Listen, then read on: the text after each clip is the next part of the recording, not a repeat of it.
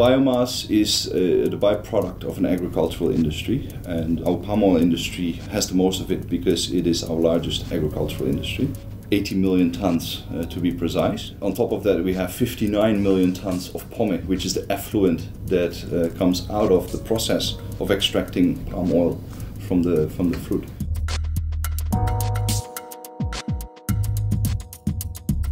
The size of the opportunity is 30 billion ringgit additional gross national income by 2020, derived from the biomass of the palm oil industry, a reduction in 12% of our carbon emissions. That's very substantial. The palm oil biomass consists of the trunks from the trees, the leaves. These are all left typically in the plantation and basically put back into the soil for soil protection as well as nutrients.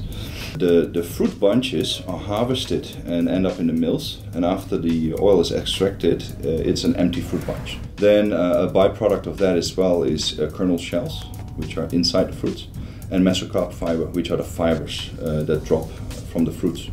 And so these are the different types of biomass that the palm oil industry generates, and there's lots of it.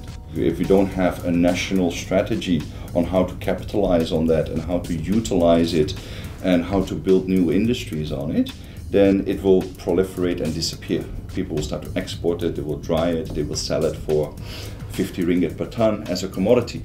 So how do we ensure that this doesn't turn out to become another commodity industry, but actually a value generator for the country? So plantation industries could actually utilize this resource as a lever to participate in the downstream value creation, meaning the products that you actually can make from this biomass should be produced in Malaysia with participation from the Malaysian companies. Right? And if we are able to do that, then we create jobs in Malaysia, we develop the technologies in Malaysia, and we generate the revenue in Malaysia. So that's the price at the end of the game.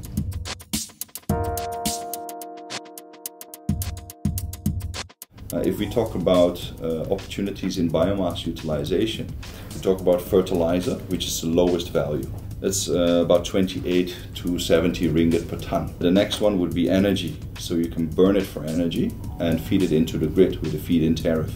The next one would be pelletization, because there's an international market for pellets and you can export them to, say, Korea or Japan and China, because they're the closest. If you export to Europe, it's too costly. And there's an international market price for it, which is about 400 ringgit per ton.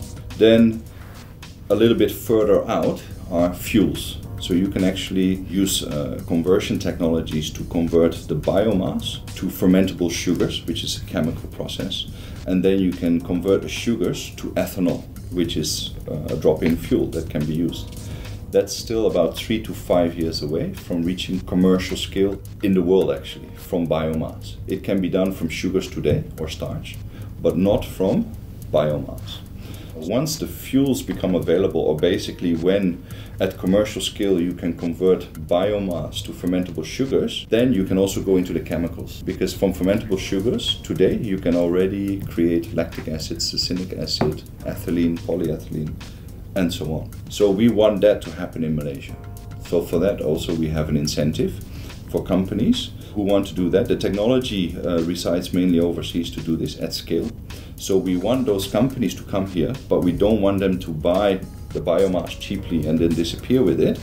We want them to become joint venture partners with our local companies. So the incentive is structured around participation of a Malaysian company.